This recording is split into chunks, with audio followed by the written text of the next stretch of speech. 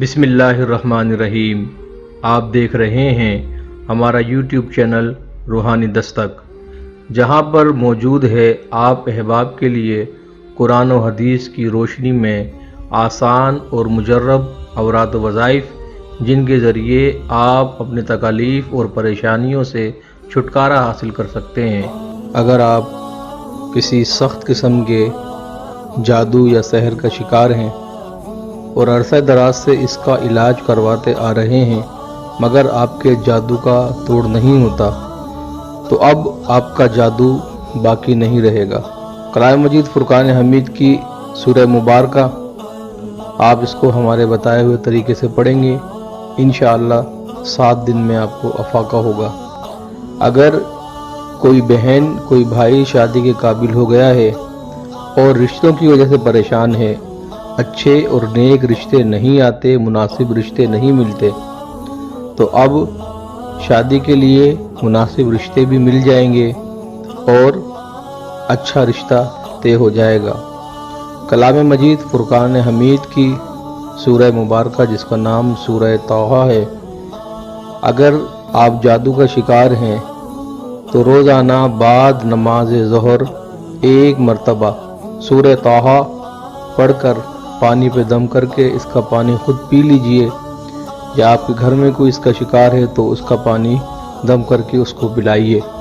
7 دن تک روزانہ اس کا پانی پلائیں، انشاءاللہ تعالی خاطر خواہ افاقہ ہوگا۔ اور جب تک آپ کا یہ مرض مکمل ٹھیک نہ ہو جائے اس عمل کو جاری رکھیں۔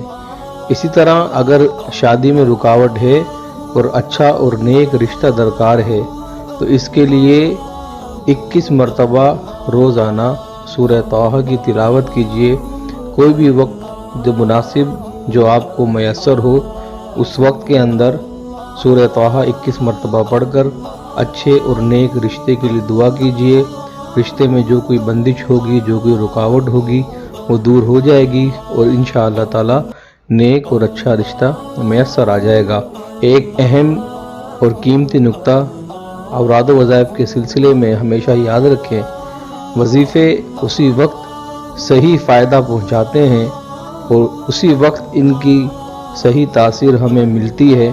جب ان کو پڑھنے میں کوئی غلطی نہ ہو اور اچھے تلفظ کے ساتھ اس کو پڑھا جائے۔ اس لیے ہم نے آج کی اس ویڈیو کے اندر سورہ طٰہٰ کی تلاوت آپ احباب کے لیے رکھی ہے تاکہ آپ اس کو پڑھنے سے پہلے سورہ طٰہٰ کو مکمل سن کر اگر آپ کی تلاوت میں کوئی غلطی ہو تو اس غلطی کو دور کر سکیں، اور ساتھ ساتھ سورہ مبارکہ کی تلاوت سن کر اس تلاوت کے سننے کا جو اجر و ثواب ہے اور جو برکات ہیں وہ بھی آپ احباب کو حاصل ہو سکیں۔ اعوذ باللہ من الشیطان الرجیم، بسم اللہ الرحمن الرحیم، طٰہٰ ما انزلنا علیک القرآن لتشقى إلا تذکرة لمن یخشى تنزیلا ممن خلق الأرض والسماوات العلى الرحمن على العرش استوى له ما في السماوات وما في الأرض وما بينهما وما تحت الثرى وإن تجهر بالقول فإنه يعلم السر وأخفى الله لا إله إلا هو الله لا إله إلا هو له الأسماء الحسنى وهل أتاك حديث موسى إذ رأى نارا فقال لأهلهم كثوا إني آنست نارا لعلي آتيكم منها بقبس أو أجد على النار هدى فلما أتاها نودي يا موسى إني أنا ربك فاخلع نعليك إنك بالوادي المقدس طوى وأنا اخترتك فاستمع لما يوحى إنني أنا الله لا إله إلا أنا فاعبدني فاعبدني وأقم الصلاة لذكري إن الساعة آتية أكاد أخفيها لتجزى كل نفس بما تسعى فلا يصدنك عنها من لا يؤمن بها واتبع هواه فتردى وما تلك بيمينك يا موسى قال هي عصاي أتوكأ عليها وأهش بها على غنمي ولي فيها مآرب أخرى قال ألقها يا موسى فألقاها فإذا هي حية تسعى قال خذها ولا تخف سنعيدها سيرتها الأولى واضمم يدك إلى جناحك تخرج بيضاء من غير سوء آية أخرى لنريك من آياتنا الكبرى اذهب إلى فرعون إنه طغى قال رب اشرح لي صدري ويسر لي أمري واحلل عقدة من لساني يفقه قولي واجعل لي وزيرا من أهلي هارون أخي أشدد به أزري وأشركه في أمري كي نسبحك كثيرا ونذكرك كثيرا إنك كنت بنا بصيرا قال قد أوتيت سؤلك يا موسى ولقد مننا عليك مرة أخرى إذ أوحينا إلى أمك ما يوحى أن اقذفيه في التابوت فاقذفيه في اليم فليلقه اليم بالساحل يأخذه عدو لي وعدو له وألقيت عليك محبة مني ولتصنع على عيني إذ تمشي أختك فتقول هل أدلكم على من يكفله فرجعناك إلى أمك كي تقر عينها ولا تحزن وقتلت نفسا فنجيناك من الغم وفتناك فتونا فلبثت سنين في أهل مدين ثم جئت على قدري يا موسى واصطنعتك لنفسي اذهب أنت وأخوك بآياتي ولا تنيا في ذكري اذهبا إلى فرعون إنه طغى فقولا له قولا لينا لعله يتذكر أو يخشى قالا ربنا إننا نخاف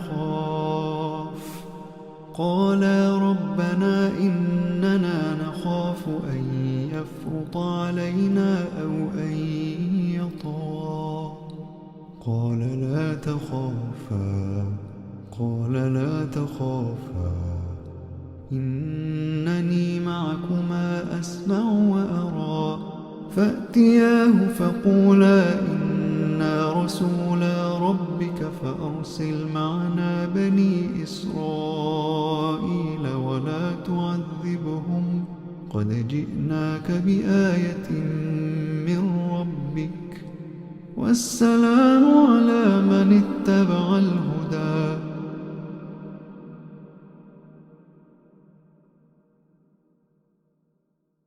إنا قد أوحي إلينا أن العذاب على من كذب وتولى قال فمن ربكما يا موسى قال ربنا الذي أعطى كل شيء خلقه ثم هدى قال فما بال القرون الأولى قال علمها عند ربي في كتاب لا يضل ربي ولا ينسى الذي جعل لكم الأرض مهدا وسلك لكم فيها سبلا وأنزل من السماء ماء فأخرجنا به أزواجا من نبات شتى كلوا وارعوا أنعامكم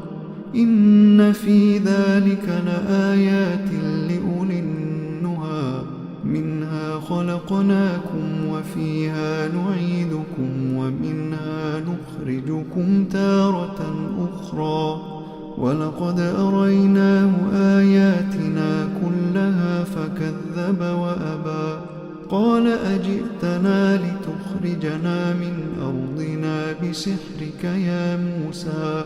فلنأتينك بسحر مثله فاجعل بيننا وبينك موعدا لا نخلفه نحن ولا أنت مكانا سوى قال موعدكم يوم الزينة وأن يحشر الناس ضحى فتولى فرعون فجمع كيده ثم أتى قال لهم موسى ويلكم لا تفتروا على الله كذبا فيسحتكم بعذاب وقد خاب من افترى فتنازعوا أمرهم بينهم وأسروا النجوى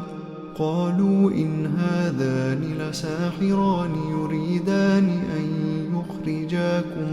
من أرضكم بسحرهما ويذهبا بطريقتكم المثلى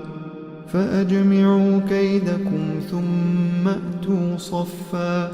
وقد أفلح اليوم من استعلى قالوا يا موسى إما أن تلقي وإما أن نكون أول من ألقى قال بل ألقوا فإذا حبالهم وعصيهم يخيل إليه من سحرهم أنها تسعى فأوجس في نفسه خيفة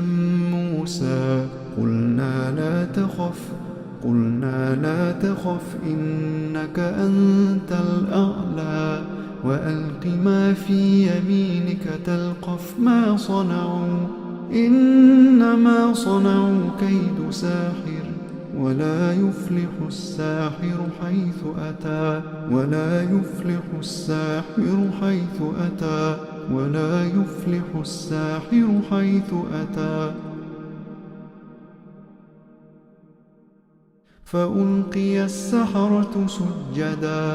فألقي السحرة سجدا قالوا آمنا برب هارون وموسى قال آمنتم له قبل أن آذن لكم إنه لكبيركم الذي علمكم السحر فلأقطعن أيديكم وأرجلكم من خلاف ولأصلبنكم في جذوع النخل ولتعلمن أينا أشد عذابا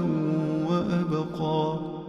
قالوا لن نؤثرك على ما جاءنا من البينات والذي فطرنا فاقض ما أنت قاض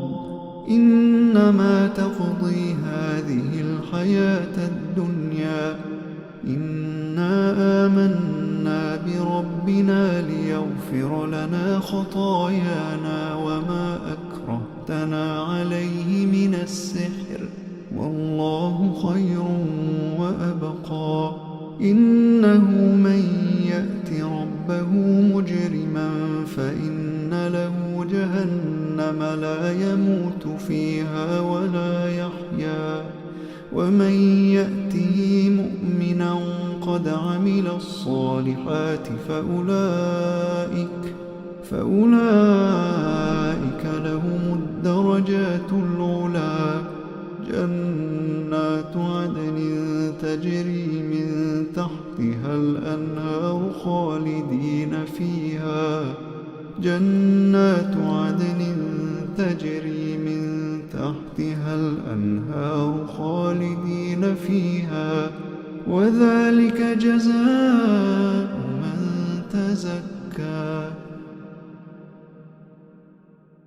ولقد أوحينا إلى موسى أن أسر بعبادي فاضرب لهم طريقا في البحر يبسا لا تخاف دركا ولا تخشى فأتبعهم فرعون بجنوده فغشيهم من اليم ما غشيهم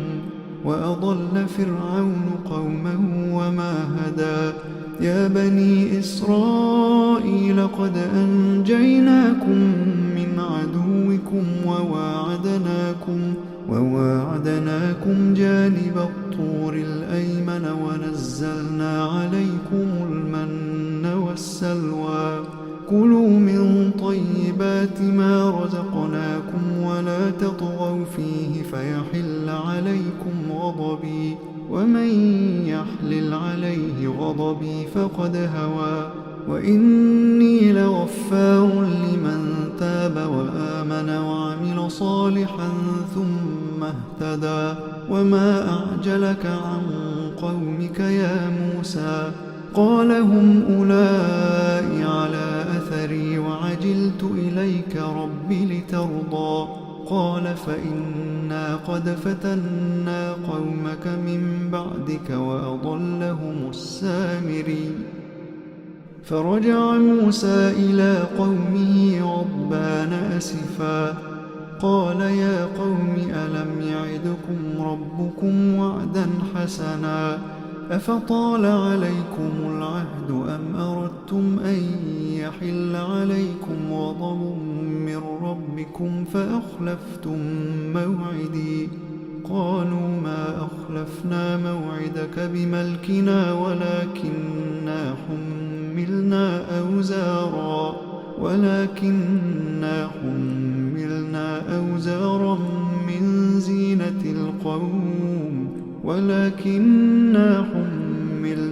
أوزارا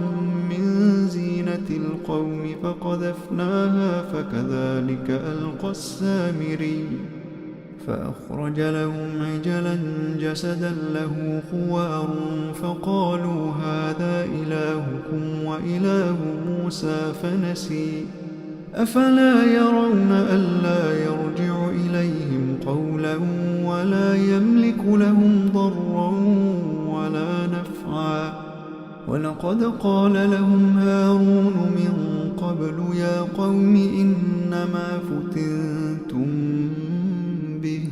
وإن ربكم الرحمن فاتبعوني وأطيعوا أمري قالوا لن نبرح عليه عاكفين حتى يرجع إلينا موسى قال يا هارون ما منعك إذ رأيتهم ضلوا ألا تتبعني أفعصيت أمري قال يا ابن أم لا تأخذ بلحيتي ولا برأسي إني خشيت أن تقول فرقت بين بني إسرائيل ولم ترقب قولي قال فما خطبك يا سامري قال بصرت بما لم يبصروا به فقبضت قبضة من أثر الرسول فنبذتها وكذلك سولت لي نفسي قال فاذهب فإن لك في الحياة أن تقول لا مساس وإن لك موعدا لن تخلفه وانظر إلى إلهك الذي ظلت عليه عاكفا لنحرقنه ثم لننسفنه في اليم نسفا إنما إلهكم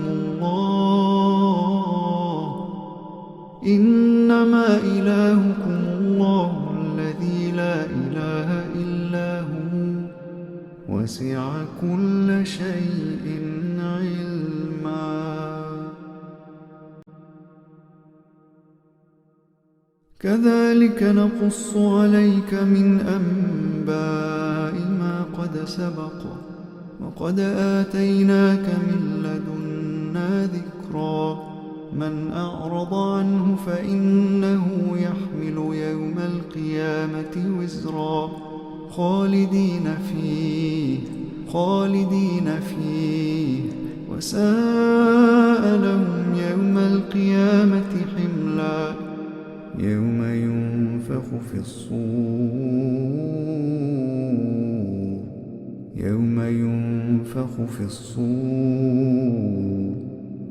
ينفخ في الصور ونحشر المجرمين يومئذ زرقا يتخافتون بينهم إن لبثتم إلا عشرا نحن أعلم بما يقولون إذ يقول أمثلهم طريقة إن لبثتم إلا يوما ويسألونك عن الجبال فقل ينسفها ربي نسفا فيذرها قاعا صفصفا لا ترى فيها عوجا ولا أمتا يومئذ يتبعون الداعي لا عوج له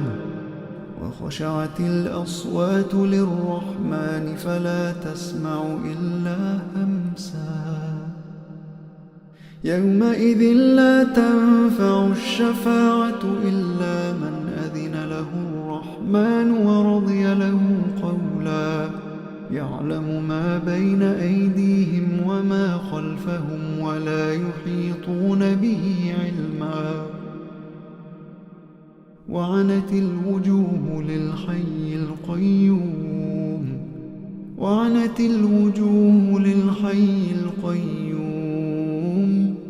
وقد خاب من حمل ظلما ومن يعمل من الصالحات وهو مؤمن فلا يخاف ظلما ولا هضما وكذلك أنزلناه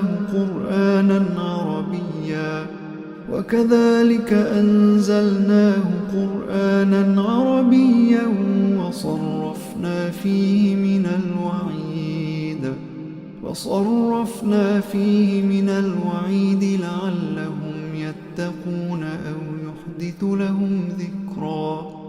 فتعالى الله الملك الحق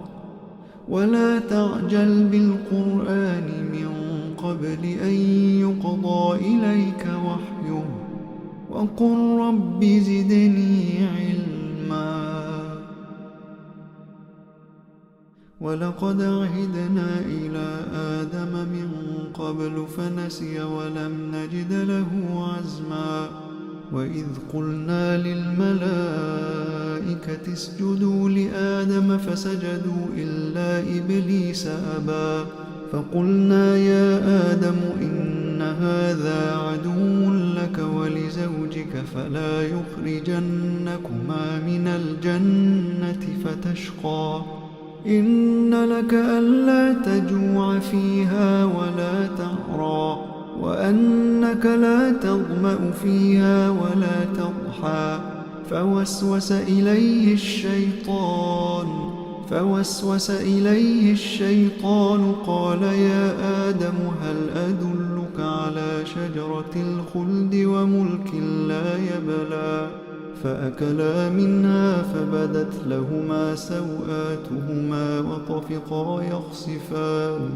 فأكلا منها فبدت لهما سوآتهما وطفقا يخصفان عليهما من ورق الجنة وعصى آدم ربه فغوى ثم اجتباه ربه فتاب عليه وهدى قال اهبطا منها جميعا بعضكم لبعض عدو فإما يأتينكم مني هدى فمن اتبع هداي فلا يضل ولا يشقى ومن أعرض عن ذكري فإن له معيشة ضنكا له معيشة ضنكا ونحشره يوم القيامة أعمى قال رب لم حشرتني أعمى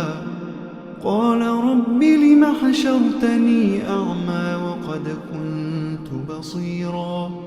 قال كذلك أتتك آياتنا فنسيتها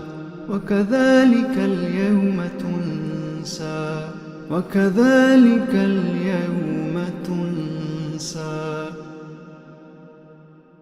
وكذلك نجزي من أسرف ولم يؤمن بآيات ربه ولعذاب الآخرة أشد وأبقى أفلم يهد لهم كم أهلكنا قبلهم من القرون يمشون في مساكنهم إن في ذلك لآيات لأولي النهى ولولا كلمة سبقت من ربك لكان لزاما وأجل مسمى فاصبر على ما يقولون وسبح بحمد ربك قبل طلوع الشمس وقبل غروبها ومن آناء الليل فسبح وأطراف النهار لعلك ترضى ولا تمدن عينيك إلى ما متعنا به أزواجا منهم زهرة الحياة الدنيا لنفتنهم فيه ورزق ربك خير وأبقى وأمر أهلك بالصلاة واصطبر عليها لا نسألك رزقا نحن نرزقك